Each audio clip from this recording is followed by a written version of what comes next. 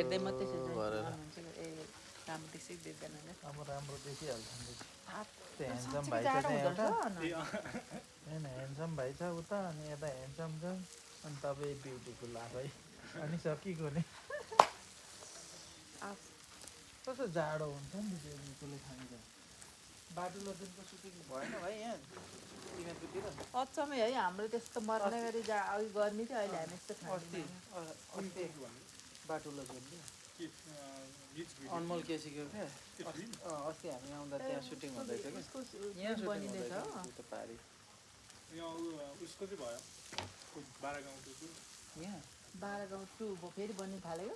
विराजबाट उसकै छोराहरू खेलेको होइन 3 वर्ष छोरा नै यहीँ बस्नु 4 दिन बस्नु ए है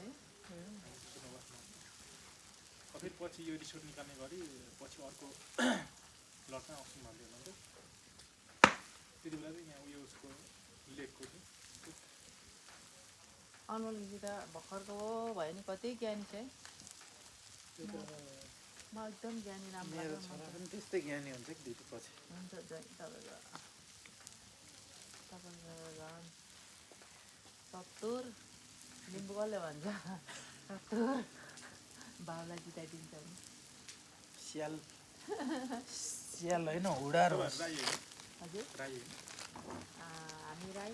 जय लिम्बू त्यो तपाईँ लिम्बू म त लिम्बू हो नि भाइ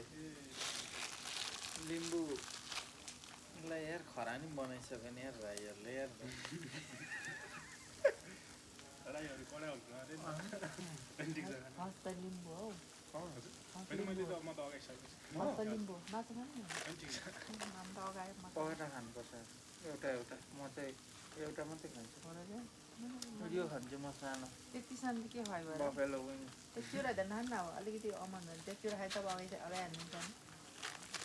नि मुख चप्पै राखेको दिदी किन खालिराख्नु है म त फेरि चिउरा देखेपछि खाएकै गर्ने बानी छ नि त त्यही भएर चिउरा र भुजिया होइन म त अनि कोठामा हुन्छ नि रुममा राखेर बट्टामा हालेको त्यो एलपी चाहिँ कति खान्छ यस्तै सेम त्यो के खानु भन्दा चिउरा त कति हेल्दी त्यहाँ मन चिउरा र दही चिउरा दुध बिजी भयो भने त त्यही खाइदिने खाजा कहिले भातै खाइदिन्छु म त घर बसेर दुधसँग दाजु त निदाउनु होला है उठाउनु हुन्न सुरु त अब खान्न झन् त्यसले कस्तो ढिट्छ अघि झर भनेको सुन्नु भएन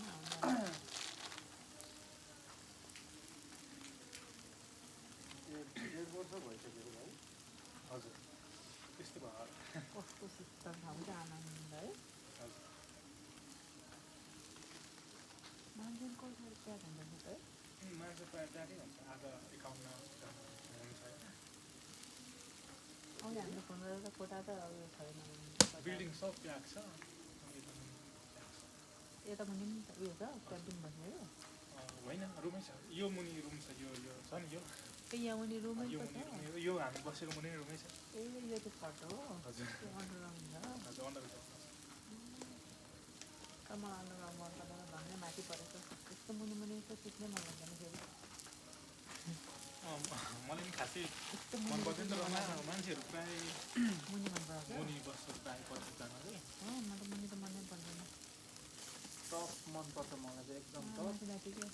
मुनि पनि मनपर्छ फेरि मलाई यस्तो अन्डर नराम्रो चाहिँ अब हाम्रो स्विट रुम फेरि तलै छ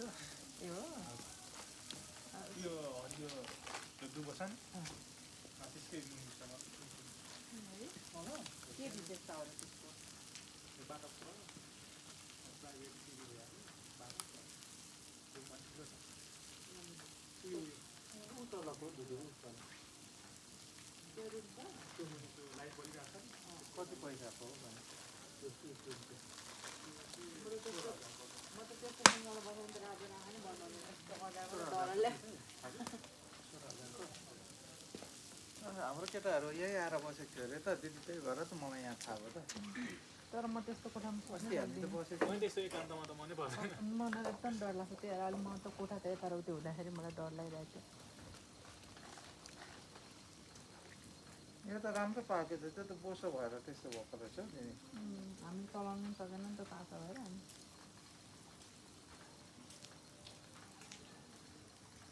एउटा पानीको बोतल ए नर्मल बाहिरको अनि एउटा गिलास ल्याऊ त यो रेड बुल त त्यतिकै खाइसकिँदैन ए जय कडा भयो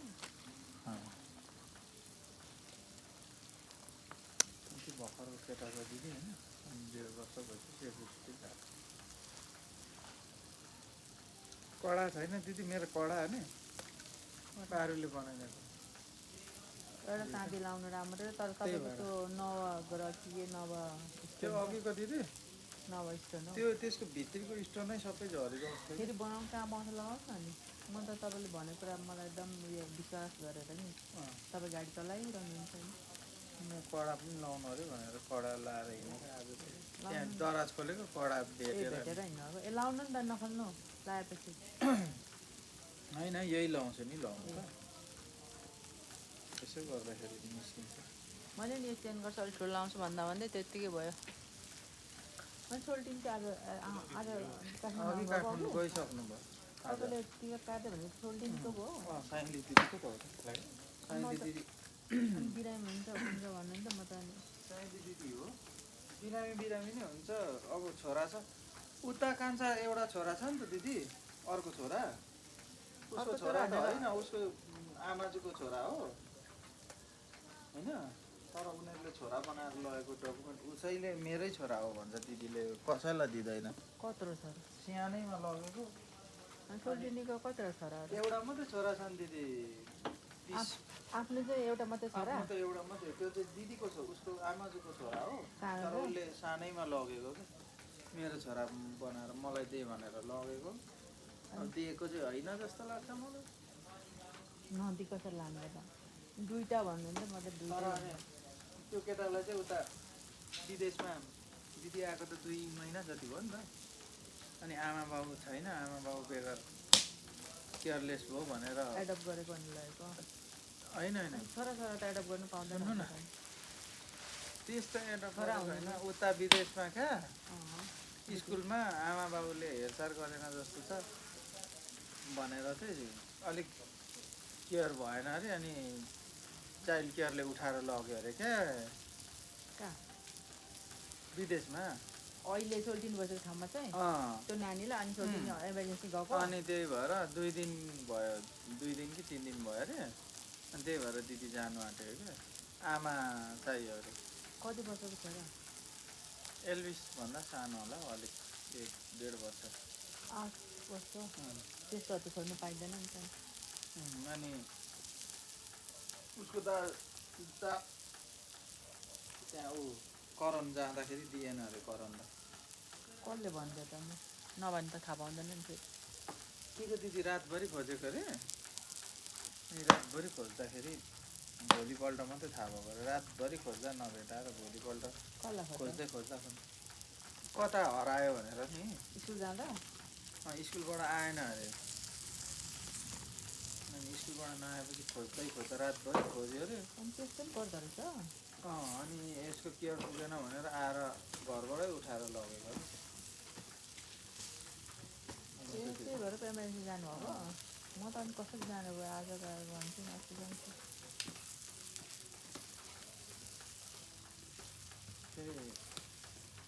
हप्ता 10 दिन अघि त्यो सुँगुर पोलेको उसमा चाहिँ साइडमा राखेर मजाले हुँदो रहेछ है त्यसरी हुँदो रहेछ काट्नु रहेछ तेल लगाउनु पर्ने रहेछ